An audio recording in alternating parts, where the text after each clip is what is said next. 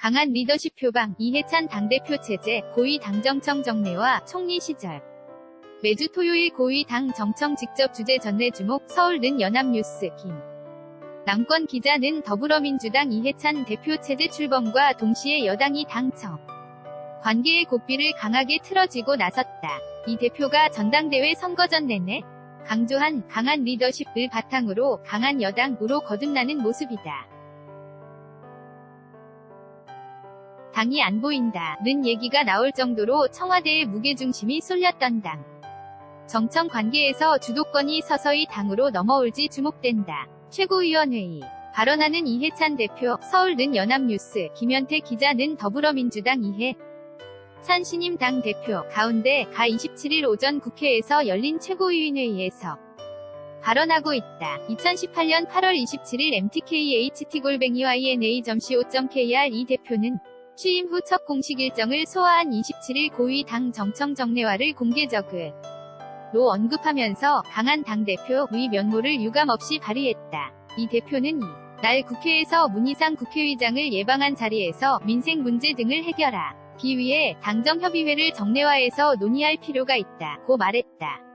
전날 이 대표가 삼청동 총리공관에서 이낙연 총리와 임종석 청와대 비서실장 등과 만찬 회동을 한 자리에서도 고위 당 정청협의회의 정례화 문제가 논된 것으로 알려졌다. 이 대표는 문 의장에게 그동안 당 정청협의회를 간헐적으로 했는데 정례화로 할 것이라며 어제 만찬 회동에서 총리도 정례화하자고 했다고 설명했다. 이 대표는 노무현 정부에서 총리를 지냈고 당에서 정책위의장을 3번이나 한 경험을 강조하면서 그동안 당 정청 소통에 자신감을 보였다. 다만 고위 당 정청의 횟수나 형식 등 구체적인 그림은 아직 그려지지 않은 상태다. 홍익표 수석대변인은 연합뉴스와의 통화에서 당 정청협의회를 정례화하는 것에 공감대가 형성됐으나 횟수 등은 더 협의를 해봐야 한다며 지금도 고위, 실무 당 정청 협의회가 있지만 경제 문제 등 쉽지 않은 시기라서 자주 하자는 의미라고 설명했다. 이 대표가 노무현 정부 당시 총리로 당 정청 협의를 주도했던 만큼 앞으로 당 정청협의회의 모습을 그려보는데 과거 사례가 힌트가 될 수 있다. 그는 노무현 정부에서 대통령을 대신해 국무회의를 주재하는 책임 총리로서 매주 당 정청회의를 열었다. 이 대표 측 관계자는 통화에서 이 대표의 총리 시절 매주 토요일에 당대표, 총리, 청와대 비서 실장이 참석하는 고위 당 정청회동이 열렸고 정책위의장이 주재하는 당 정청회의도 있었다고 설명했다. 첫 최고위회에 참석하는 이해찬 신임 대표, 서울는 연합뉴스, 김현태 기자는 더불어민주당 이해찬 신임 당 대표가 27일 오전 국회에서 취임 후 첫 최고위원회의에 참석하고 있다. 200일 8.8 mtkht_yna.co.kr 이 대표가 당 정청협의회 정례화로 소통을 강조하면서 다음 달 1일 청와대 오찬을 겸해 열리는 당정 청전원협의회도 주목받고 있다. 민주당 의원들은 1박 2일 워크숍 8월 31일에서 9월 1일 이 끝나고 청와대를 찾아 현안을 놓고 청와대 수석